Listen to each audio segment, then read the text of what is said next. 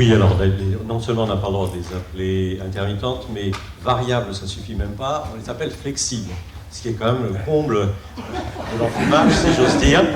Et Sigmar Gabriel en Allemagne est allé plus loin puisqu'il a dit maintenant que nous avons des énergies flexibles, il faut sortir les énergies qui ne sont pas assez flexibles pour les suivre en rythme, donc le nucléaire. Donc vous voyez qu'on est là, par rapport à la discussion qu'avait entamée Yves Bréchet, on est là vraiment dans la rhétorique et la sophistique. Et c'est là-dedans qu'on vit, et pas vraiment dans le contexte scientifique. Alors on va voir qu'entre les deux, il y a la réalité qui a trop de dimensions pour qu'on puisse se limiter à ces simplifications. La réalité est encore plus complexe, on va essayer d'en voir. Donc je vais reprendre une introduction de Georges Servier d'EDF Septen à l'époque, qui avait dit, et maintenant je vais vous parler quelques instants de ces réacteurs qui vont disparaître, les réacteurs à eau. Donc voilà, alors la troisième génération, puisque c'est le sujet, le plan, pourquoi et comment. Ensuite, l'offre et la demande, et donc le problème du marketing nucléaire, ce qui est un marketing spécial, et du design. Après, les tendances. Les tendances, c'est de dire, bon, c'est bien de voir les réacteurs, de les comparer, de faire un classement impossible, à peu près impossible, mais l'avenir, eh bien, comme vous disiez, il va falloir qu'ils vivent jusque... On va continuer à en construire, à mon avis, au moins jusqu'à 2050, donc avec, disons, 60 ans, ça fait 2110. Donc il faudra d'ici là satisfaire deux choses. La première, c'est qu'ils s'intègrent dans le parc de transition énergétique, et ils ont tous les moyens pour le faire. On va avoir les problèmes de flexibilité. Et deuxièmement, qu'ils assurent leurs ressources, ce qu'en général un vendeur garantit à ses clients. Alors il le garantit par lui-même, ou par des alliances avec des vendeurs d'uranium et de combustible, ou bien, comme les Russes ou les Américains, ils font tout ensemble et ils reprennent même les déchets dans certains cas. Donc voilà, donc ça c'est le problème de la transition des générations 3 vers le parc de génération 4, et là je reprendrai un peu ce qu'avait fait Bernard Boulissière, c'est-à-dire que pendant longtemps, disons jusqu'à la fin du siècle à coup sûr, le parc de génération 4, puisqu'on aura passé la date fatale qui définit la génération 4, je vais y revenir tout à l'heure, on sera dans le parc de génération 4 avec des générations 3 et des réacteurs spécifiquement génération 4.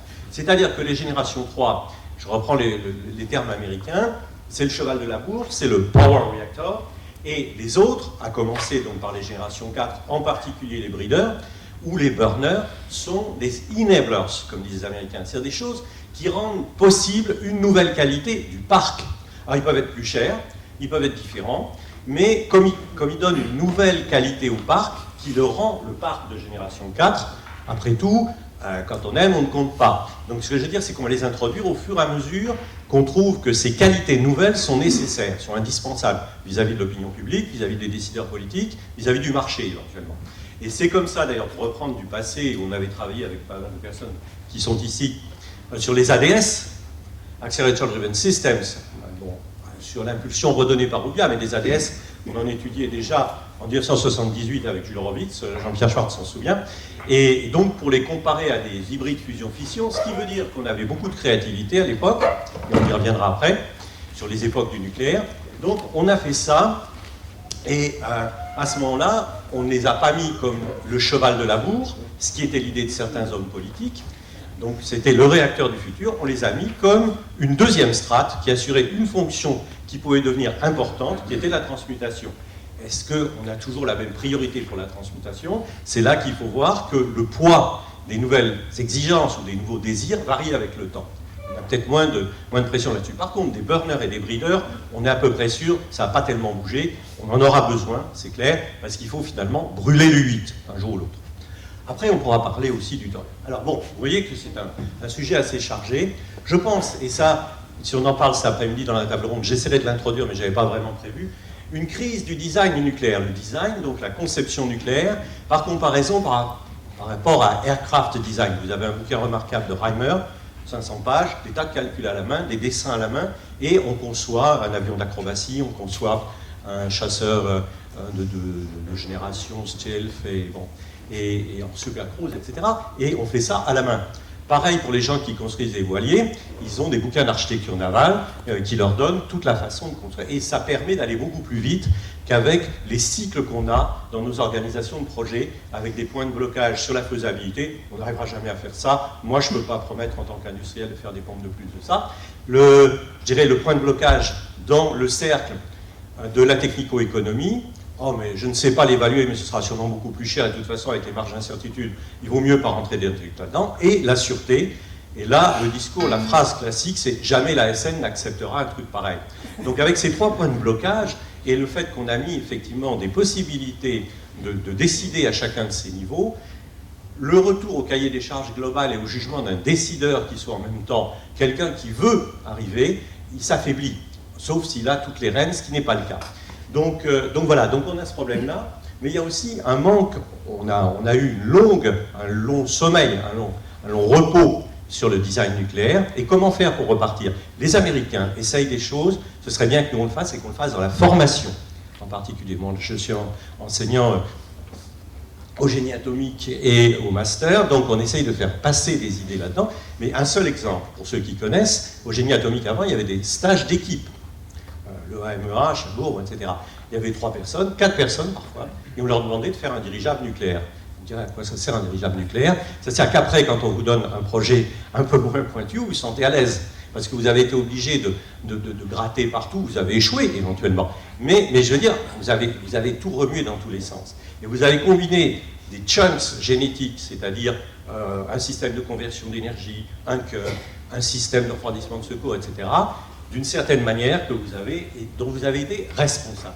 Alors, ou un rebond, bah, effectivement, on peut espérer un rebond. Et puis les époques du nucléaire, ces derniers transparents, j'y arriverai sûrement pas, mais l'idée, grosso modo, c'est le nucléaire à l'éternité devant soi. Mais donc, il n'y a plus une minute à perdre, c'est là que je voudrais revenir sur les discussions un peu animées qu'on a eues hier, c'est-à-dire que l'objectif n'est pas du tout de se décourager ou de renoncer. Par contre, il faut prendre en compte la réalité, qui est la vérité du pauvre, c'est-à-dire qu'il n'y a pas de moteur derrière la réalité. Mais si on ne la prend pas en compte, on se casse la figure. Je rappelle la définition de Philippe Cadic, la réalité c'est ce qui reste quand on a cessé d'y croire.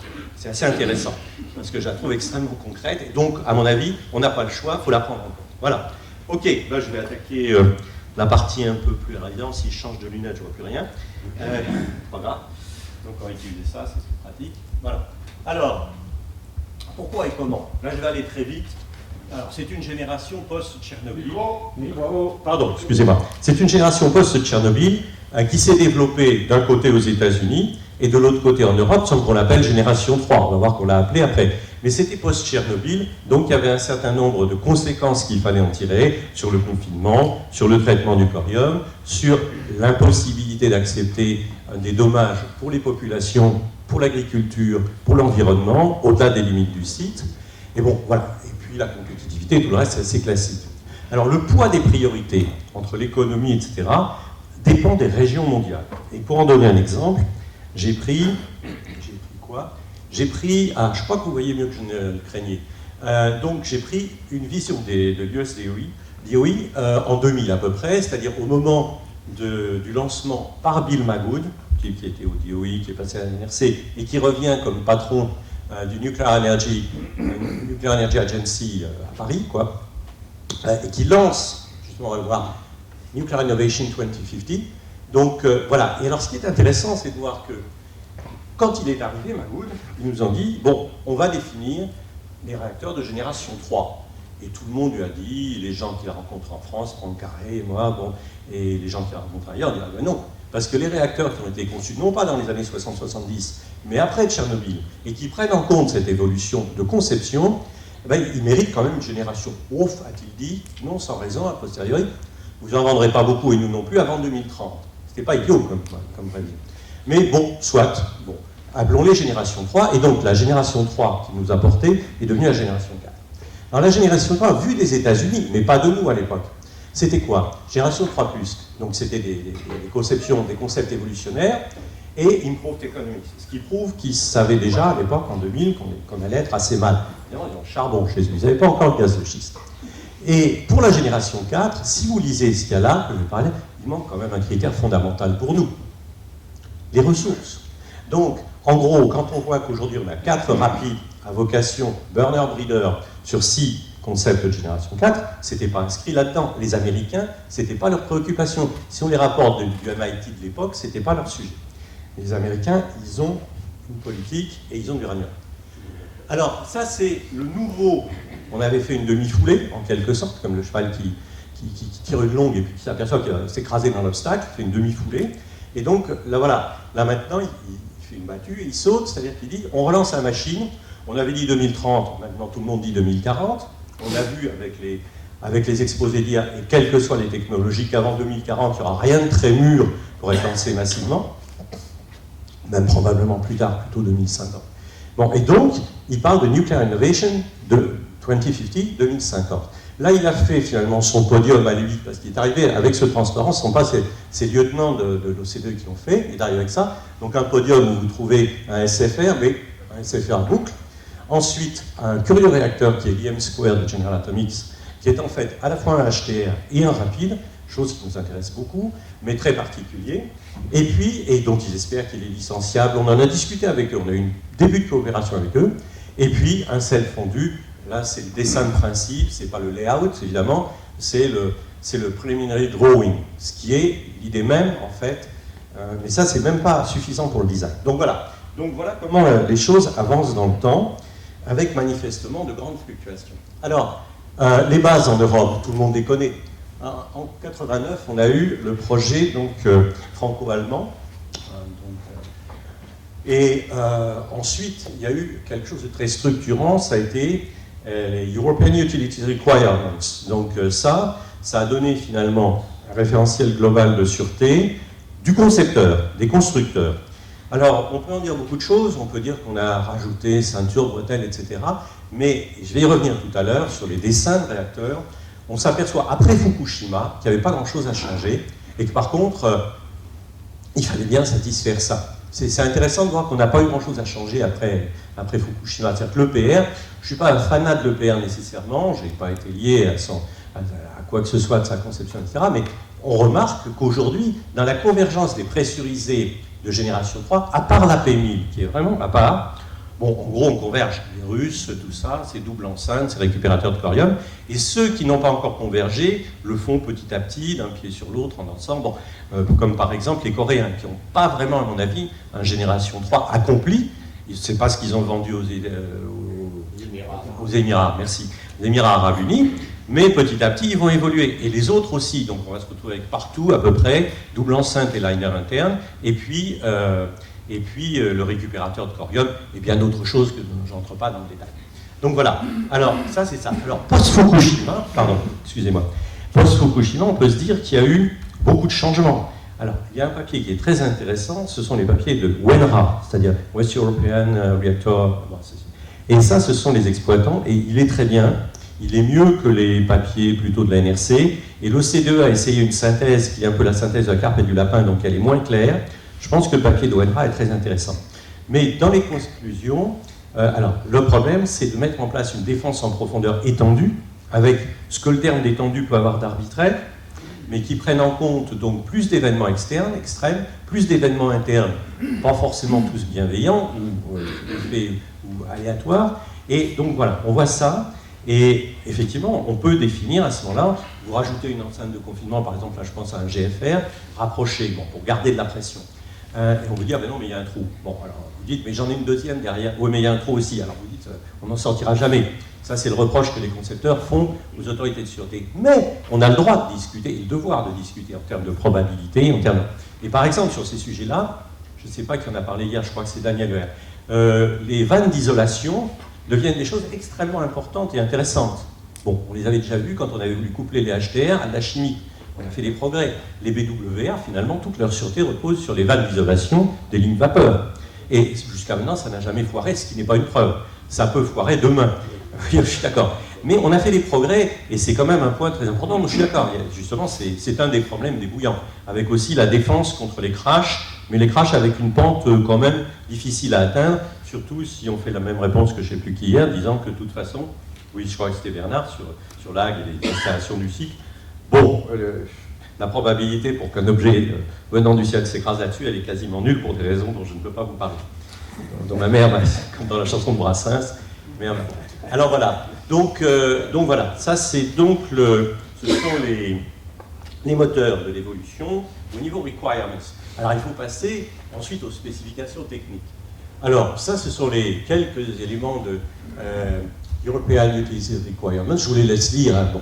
Mais ce qui est intéressant dans notre conception, ce sont les design extension conditions qui vont au-delà des accidents, design basis accident, au-delà du DBA. Et donc, ça se discute. Et actuellement, dans le GIF en particulier, il y a une grande discussion pour définir des référentiels de sûreté filière par filière. Donc, on commence par les SFR dans le GIF. Ensuite, ils vont aller sur le plomb parce qu'il y a une pression importante et que je ne comprends pas tout à fait, pour une fois, parce que souvent, on a les éléments d'explication conjointe des États-Unis, du Japon et de la Corée, donc un trio qu'on connaît bien aussi, pour faire des études sur le plomb, les rapides plomb. Et alors nous, on avait travaillé sur le plomb bismuth au temps des ADS, donc on connaît bien les difficultés, on connaît bien les difficultés historiques. Donc, mais enfin voilà, ça repart chez eux, bon, je ne comprends pas totalement pourquoi. Et puis après les gaz rapides, etc. Donc, je vous laisse dire la fin. Alors la compétitivité avec le meilleur concurrent fossile, aujourd'hui, je dirais que selon les règles de marché, c'est quasiment impossible à des tas d'endroits, en particulier aux États-Unis. J'ai une fois General Atomics qui voulait concourir et battre le gaz de schiste domestique, parce que là-bas il coûte 1, chez nous il coûte 2 ou 3, et en Asie il coûte 4, bon, mais chaque personne en sait beaucoup plus que moi, mais bon. Donc on ne peut pas comparer les compétitions dans les régions mondiales. Mais ça n'est qu'un des éléments d'impossibilité de comparaison. Donc là, on n'est pas encore sorti de l'auberge. Alors après, si on continue. Alors voilà, ça c'est le résumé de l'EPR. Je pense qu'il y a suffisamment de gens dans la salle qui le connaissent, et puis je ne vais pas entrer dans les détails. Mais vous avez des choses qui sont très importantes. Alors d'abord, les deux enceintes avec le liner interne, qui n'est pas un objet facile. Ensuite, évidemment le récupérateur de Corium. Par exemple, donc les 4 trains, avec 2 trains dans des bunkers, en quelque sorte, dans des bâtiments protégés eux aussi contre les crashs d'avions. Et puis, l'eau qui donne un délai de grâce qui est dans l'enceinte et pas à l'extérieur de l'enceinte. Bon, par exemple. Alors, les 2 points sur lesquels on peut faire un détail, parce qu'on n'a pas le temps, puis de toute façon, ce sont des points qui sont connus quand même, c'est ça. Ah oui, si j'avais mis un verre, effectivement, je ne peux pas le reconnaître. Qui sont donc le récupérateur de Corium, en haut. Alors, avec tout un processus qui commence par être complètement... D'abord, on gagne du temps, c'est-à-dire que ça va rester dans le puits de cul, puis ça va faire fondre une paroi en métal, et puis ça va couler dans le récupérateur, et puis là ça va être refroidi de façon passive, et au bout d'un certain délai de grâce, on va mettre en place des systèmes actifs qui vont compléter le travail en même temps que le refroidissement de l'enceinte. J'ai trouvé cette image amusante, c'est Bertrand Barré, j'ai tiré ça des exposés de Bertrand Barré, donc voilà, je ne sais pas pourquoi ils ont mis un éléphant, moi j'aurais mis quelque chose de fragile pour montrer qu'il ne risquait rien, mais bon, c'est peut-être la largeur d'un éléphant. Bon. Alors après, donc une épaisseur qui est importante quand même, parce que vous avez des gens qui ont une double enceinte, mais avec 1 mètre 2, 1 mètre, etc. à l'extérieur. Alors, ça résiste ou ça ne résiste pas? Est-ce qu'on parle de la même chose parce que simplement on a une double enceinte? Bien sûr que non. Donc tout ça, le diable gît dans les détails. Mais enfin, le principe, lui, il est commun. Alors, ne dites pas qu'il me reste 10 minutes. Merci. Alors voilà, bon, ça c'est pareil, c'est une zoologie, mais il faut rajouter le Hualong de Chine, qui est en soi une histoire qui pourrait être racontée pendant 10 minutes. En fait, c'est la convergence, entre guillemets, forcée du produit de CNNC et du produit de CGN. CGN, Guangdong, on a beaucoup travaillé avec, donc il y a beaucoup d'héritage français, beaucoup. Et puis, bon, il y a quelques innovations. Et de l'autre côté, le mélange est un peu plus compliqué. Alors, finalement, ils se rabattent sur la version CNNC, mais il y a aussi un héritage français, puisque de toute façon, tous les Chinois ont travaillé au début, bon, avec la France et avec Areva. Donc, et EDF. Donc, voilà, donc il y a quand même là aussi une base très commune. Mais après, il y a eu des divergences en tous les cas. Le problème que vous allez voir, c'est que derrière ces noms uniques, AES 92 par exemple, vous avez l'AES 92 qui suit le 91, mais après vous avez l'AES 2006, et derrière l'AES 2006, vous avez le TOI, alors, lequel peut être qualifié aujourd'hui de génération 3, probablement plutôt l'AES 2006, parce qu'on continue d'évoluer et de converger. Et puis le TOI, il est pour l'exportation. En quoi diffère-t-il de l'AES 2006 ? J'avoue que je ne suis pas rentré dans le détail, mais vous voyez que c'est très compliqué de dire, voilà, il y a un type de réacteur dans un pays. Alors, il y a un truc qui est quand même à part, c'est l'AP1000. L'AP1000 est à part, d'abord parce qu'ils ont fait un travail d'innovation et de réflexion. Westinghouse, Toshiba, bon, Westinghouse au départ, avec l'AP600 d'abord, hein. dont il a hérité, qui est un travail de fond qu'on n'a pas fait. On n'a pas eu tort nécessairement. On a fait plus évolutionnaire. Eux, ils ont fait du demi-évolutionnaire. Alors, il y a des principes originaux, mais j'aime pas ce principe-là à gauche, c'est-à-dire le refroidissement de l'enceinte. Alors, c'est tout passif. Alors, il y a des gens qui ont cédé à la mode du tout passif. Pour les gens que ça intéresse, il y a un petit papier de l'IRSN qui est accessible comme ça, sur la vision du passif et de ses limites. Et je suis assez d'accord avec le papier de l'IRSN.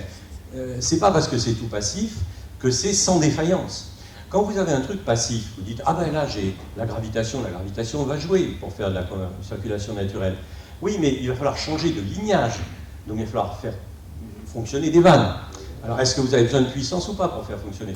Est-ce que les vannes peuvent être complètement bloquées par le séisme qui vient de se produire? Est-ce que, etc., etc. Est-ce que, on va voir des exemples sur Fukushima. Donc c'est pas parce que c'est passif que c'est sans échec.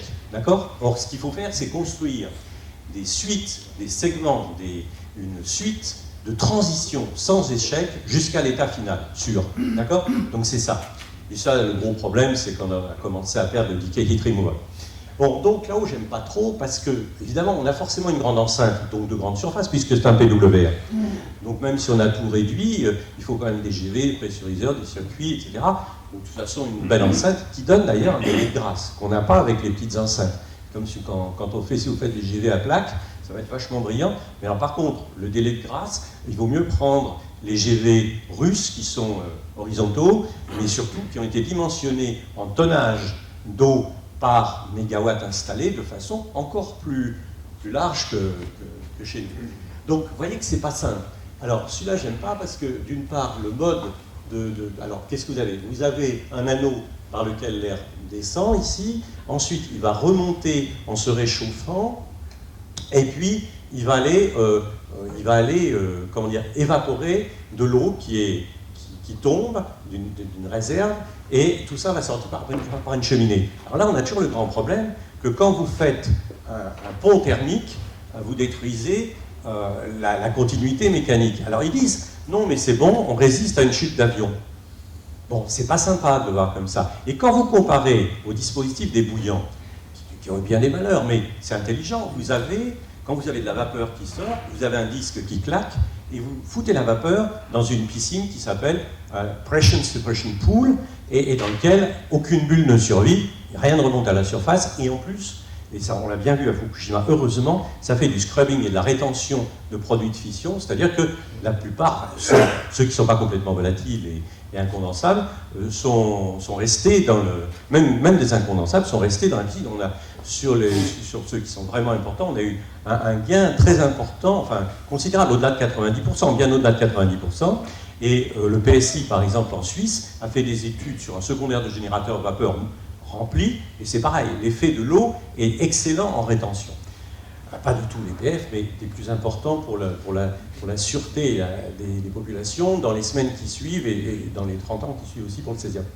Alors voilà, alors là la deuxième chose, c'est on dit on va faire de la rétention en cube. Alors ça c'est un débat complètement ouvert même en France, IVR, EVR, In-Vessel Retention, Ex-Vessel Retention, c'est quelque chose qui va se traiter certainement bien sûr à EDF, mais là aussi dans l'I3P, l'Institut tripartite, qui deviendra un jour Institut 2,5 partite, et puis peut-être bon. Mais bon, c'est un travail qui se fait partout. Par contre, pour des puissances élevées, j'ai discuté avec Michel Durin, on peut demander aussi, on a des spécialistes dans la salle, démontrer que dans l'infini, dans le labyrinthe des scénarios, on n'aura pas la configuration qui fait qu'on va percer quand même. Ça paraît très difficile sur le plan de la démonstration. Surtout au-delà d'une certaine puissance, c'est pas tellement une question de densité de puissance, mais quand même, c'est la puissance pour une surface, c'est un problème d'échange. Mais si jamais on fragilise par un point chauffe avec des métaux qui sont etc., qu'est-ce qui va se passer? Or, on est incapable de couvrir le labyrinthe, c'est presque un labyrinthe à la Borges, des scénarios avec les cas défavorables. Donc c'est très très difficile à démontrer. Alors, on a des exemples plutôt favorables pour des petites puissances, et bon, mais on a un exemple un peu même presque étonnant à TMI. Mais bon, démontrer ça pour un tout petit peu plus de 1000 MW, c'est pas évident, c'est pas idiot, mais la démonstration ne paraît pas évidente non plus. Donc là, le core catcher, alors, par contre, un point d'innovation où la PMI l'a fait très fort, d'abord, vous regardez les pourcentages, ils ont réduit significativement la plupart des composants lourds, coûteux, et surtout leurs besoins en qualification de sûreté. Et ça, c'est très important pour le coût aussi, et pour la démontrer la qualification. Et puis, ils ont une méthode de... Alors, ils ont beaucoup allégé la masse aussi de composants, et puis surtout, leur méthode de construction, qui est originale, alors d'abord, par la façon dont elle monte le réacteur, mais ensuite par le fait que pour les structures, les planchers, les murs, eh bien, ils utilisent une autre méthode que le béton ferraillé. Moi, je suis allé sur le chantier de Flamanville à l'époque et on était très optimistes. Mais on voyait bien que, en résumé, le béton avait du mal à couler dans les fers. C'est là qu'on avait plus du fer bétonné que du béton ferraillé. Et bon, mais j'ai pas dit que j'étais contre. Hein. Mais je veux dire, voilà. Et donc, alors eux, ils font pas ça. Ils prennent du béton, pas du béton banché, mais presque, enfin, du béton, et ils vont le couler dans des structures mécaniques. J'aurais pu sauter, parce que c'est là en fait, que j'aurais dû présenter ce transparent. J'aurais pu sauter un peu. À 10 minutes, oh là là, mon Dieu, mon Dieu, mon Dieu. C'est dramatique. Ah oui, non, c'est vraiment dramatique. Alors attendez, vous avez raison. Vous avez forcément raison. Vous voyez, on est... Alors, où est-ce que je vais le trouver, ce transparent ça, Ah non, alors attendez, il y a quelque chose qui ne va pas là. J'ai zappé. Ah voilà, c'est ça. Voilà, donc si vous voulez, vous avez ici une structure modulaire, c'est-à-dire c'est un demi-segment axial pour une enceinte, et vous montez ça sur place. Alors il doit être plus épais parce qu'il ne faut pas qu'il se gondole. On a eu le même problème avec les liners qui ne sont pas nervurés. Par exemple, sur le kilo auto, vous rentrez ça là-dedans, mais ça flambe en quelque sorte, ça se déforme dans tous les sens. Alors, je crois qu'EDF a coupé en deux axialement pour simplifier la manœuvre après. Bon, bref. Alors là, il faut donc le concevoir non pas pour les conditions de fonctionnement, mais pour les conditions de transport, de montage. Les précisions, lisez les difficultés associées. Mais enfin, quand vous regardez le bilan, Sizewell-B en Angleterre, 520 000 tonnes de béton et 65 000 tonnes de ferraille. Et l'AP1000, inférieur à 100 000 tonnes de béton et à peu près 10 000 tonnes de ferraille. Vous voyez qu'il y a un changement quand même quantitatif important. Après, on peut pinailler ce genre de chiffres et on peut dire que le montage ne va pas être simple. Ils essuient les plâtres, ils ont eu des problèmes, ils sont en train de les corriger parce que c'est une question de procédure industrielle et de fabrication et d'installation. Bon, ils ont pris le risque, mais c'est quand même une innovation intéressante. Et nous, là-dessus, on est resté un peu classique, ce que je ne reproche pas non plus, parce que ce qui est classique, on sait le faire. On a vu que ce qui était nouveau, les plâtres, ça pouvait coûter très cher. C'est un peu la course entre l'A700, le Boeing 787 et puis l'Airbus 380. Bon, ceux qui vont prendre des risques vont les payer à un moment. Est-ce que c'est pour ça qu'ils sont moins bons, qu'ils ne vont pas finir par gagner? C'est une autre paire de manches. Donc on voit que tout ça est encore en évolution, en génération 3, alors qu'on pourrait dire génération 3 c'est fini. Bon, alors, génération 3 c'est fini. Alors, donc ici, ça c'est l'AES 92, c'est assez proche de l'EPR, mais il y a des différences sur les filtres, etc. On passe. Ce sont de bons réacteurs. Alors ici, je voudrais dire un mot sur les bouillants. C'est pas compliqué, il y en a que 3. Il y a la BWR Hitachi qui existe, Takeshi Waseki Kariwa au Japon, a démarré en 96, hein, donc il existe, il tourne, il a résisté à un gros séisme, gros séisme sans problème. Le SBWR de General Electric, qui est assez innovant, on va voir pourquoi, il est tout passif et il n'a plus de pompe, d'accord, ça fait beaucoup. Et puis le Kerena d'Areva, qui est assez fortement passif, qui vient aussi des Allemands, hein, de Gunremingen, etc., mais avec des modifications majeures, il est tout passif. Et non, il n'est pas tout passif, pardon, excusez-moi, mais assez fortement. Et lui, il a des pompes encore, ce qui est bien pour la flexibilité. Bon, alors, ensuite, on voit que c'est très compact. Je ne vais pas insister, mais regardez l'enceinte. Vous avez l'enceinte humide en bas, c'est-à-dire cette fameuse piscine de suppression de pression. Et puis le dry well, l'enceinte sèche, qui entoure de très près la cuve. La cuve est plus haute, mais il n'y a que ça. Donc vous avez Nuclear Steam Supply System, c'est un œuf, d'une forme un peu particulière. Et puis après, vous avez les lignes de vapeur, qui sont une faiblesse, hein, je suis d'accord. Et on va dans le bâtiment de turbine. Voilà, donc, et ça existe. Alors, le layout des bouillons a beaucoup évolué depuis le début. Là, vous avez l'évolution entre l'ABWR et maintenant le SBWR. La seule chose que je voulais vous faire remarquer, c'est les grands tubes bleu foncé là, qui sont au-dessus du cœur. C'est une cheminée. Le Kerena en a aussi dans son dessin. Et cette cheminée donne une force motrice. Hein, vous avez différence de poids. Alors, entre la jambe chaude et... J'aurais fait la comparaison, mais je n'aurais pas fait l'essentiel. Alors, Je continue. Ça, c'est le Terrena. Bon, il a beaucoup d'avantages, à mon avis. Et là, on voit, alors je vais parler du design, j'espère au moins, il a un avantage considérable, et ça se voit dans le dessin. L'idée du design, c'est que le dessin, alors pas le layout, mais le preliminary drawing est très important. Il permet de voir à l'œil nu, pour les gens qui s'y connaissent, déjà des caractéristiques, des forces et des faiblesses fondamentales. Vous avez vu la PMI, je dis, j'aime pas ça, ça c'est bon, j'ai tort. Et là, je dis, j'aime bien, vous avez l'œuf au centre, et puis autour, vous avez un anneau de service avec eau à tous les étages. Alors, quand vous avez un étage, vous voulez noyer le niveau en dessous dans le dry well, dans l'enceinte sèche, eh ben vous avez une vanne qui s'ouvre, la gravitation et l'eau tombe. Si vous voulez refroidir la vapeur qui va forcément monter en haut, donc eh ben, vous avez un condenseur dans l'étage qui est au-dessus. Et puis pour recharger tout ça, vous avez ce que Charles Fribourg de Technicato m'appelait le lac d'enceinte. Je trouve que c'est une très belle expression, sauf qu'elle montre qu'on a un lac d'enceinte en haut. Bon, mais enfin, il est partout. Donc, le lac d'enceinte, vous mettez une lance de pompier au bout de 72 heures, vous rechargez en eau, et ça peut alimenter tout le... C'est quand même assez joli, ça, du point de vue utilisation du diphasique. Le diphasique fait peur à cause de la PRP dépressurisée. Le diphasique est sans équivalent pour des tas de problèmes, en particulier la compatibilité avec le système de conversion d'énergie, quand même, en général, 80%, sauf le Breton. Et puis, deuxièmement, parce que l'eau, on la trouve dedans, dehors, etc. Donc, compatibilité avec l'environnement, compatibilité avec les autres éléments de balance of plant, on ne peut guère faire mieux. Alors, bon, ça c'était Fukushima, et je veux dire que le passif n'était pas toujours gagnant, parce que là on avait un système, c'est vieux réacteur de 60, etc. D'accord, ils n'ont pas mis de filtre pour décharger à l'atmosphère, d'accord, ils ont refusé de mettre des recombineurs, qui auraient peut-être été un peu juste compte tenu de la quantité d'hydrogène produite, mais ils avaient de très beaux systèmes de passif. Là, vous avez une turbopompe, et tant qu'il y a de la vapeur qui continue, bon, c'est comme le gamin avec son moulinet, il souffle dessus, et le moulinet tourne, et c'est une turbopompe, donc vous continuez. Vous avez une réserve en haut, et vous mettez votre truc en bas dans le pressure suppression pool. Le problème, c'est qu'au bout d'un certain temps, votre eau, là, elle est saturée, donc vous êtes comme dans une étuve, vous montez en température, donc en pression. Donc, et c'est pas fait pour supporter de très grandes pressions. Donc qu'est-ce qui se passe? Ben, il y avait tout simplement un automatisme qui disait, oh là là, pour protéger tout ça, il faut couper la turbopompe, arriver à une pression, bon, donc ils ont coupé, et tout s'est foutu en l'air. Et c'est dommage, parce que les camions-pompes et tout ça arrivaient, alors ils ont été soufflés, ils ont été balancés comme des insectes sur le dos, etc., donc ça a tout foutu en l'air, y compris le réacteur 4. Mais en fait, le principe était bon. Pareil sur le réacteur 1, c'était un échangeur avec l'air, avec le gaz. Et là, on fonde de bons espoirs, nous, dans certaines filières aussi, sur ce système.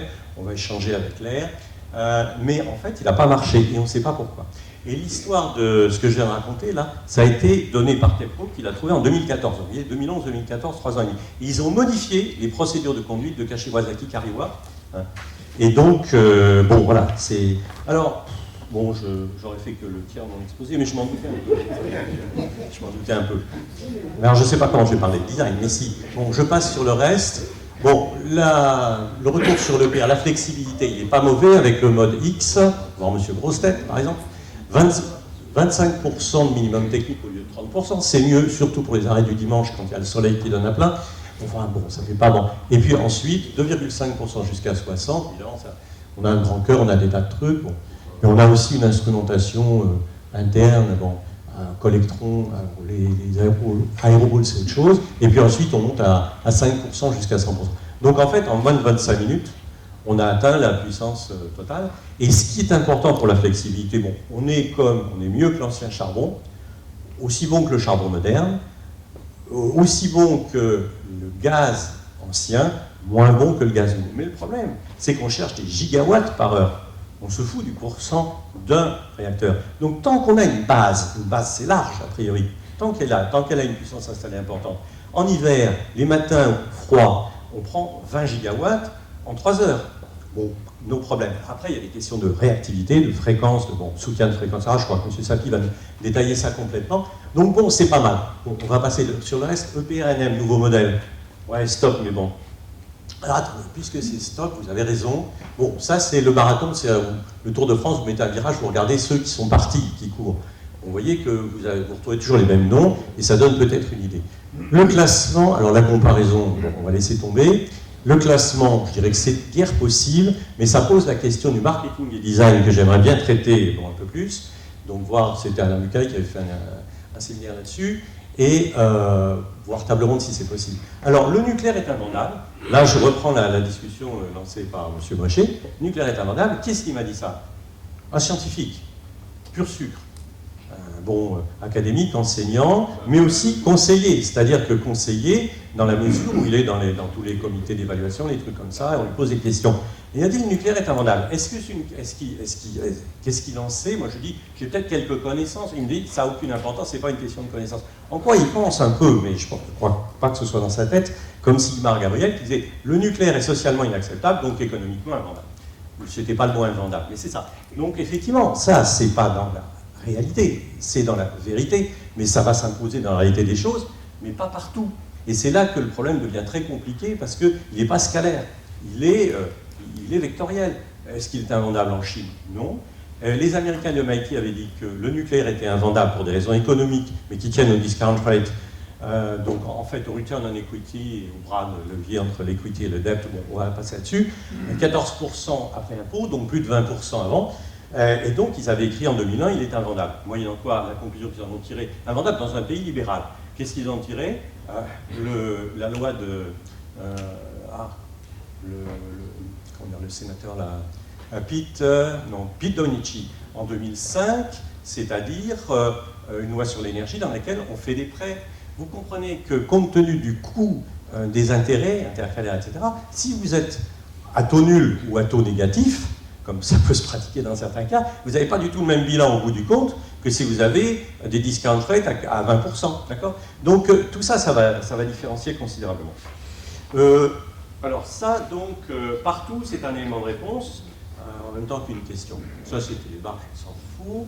Ça, ah oui, ça, si, c'était énergie et société, parce que aussi, c'est un truc d'un enseignement que je fais. Mais donc, il n'y a que des conditions nécessaires, c'est ce que me disaient mes éducateurs, et elles sont dans diverses dimensions. Alors, il y a d'abord la démographie dont on a parlé déjà jusqu'à maintenant. Il y a ça qui est très intéressant. Je ne sais pas, c'est Shell ou Exxon, je ne sais pas bon.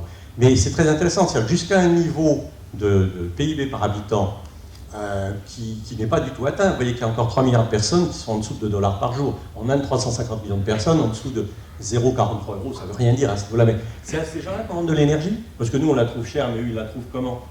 Et on va faire, on va mettre 5 milliards de personnes à cavaler avec les gigawatts dans les 20 ans ou 30 ans qui viennent. Non, non, non, malheureusement. Et ça, bon, l'urbanisation, c'est un point important. Voilà, ça, c'est les 3 critères qui viennent du WEC. Donc, affordability, security, c'est supply, c'est availability, et environment. Mais, et ça, j'ai tiré du WEC, ça c'est